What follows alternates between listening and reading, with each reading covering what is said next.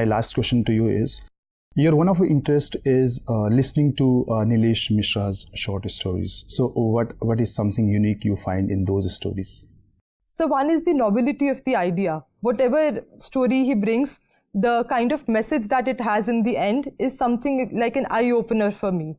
And because in the middle of the story, I always wonder that what should be the ideal ending. And if it is the same, I tend to like it. But if it's different, I think I learn something new from his stories.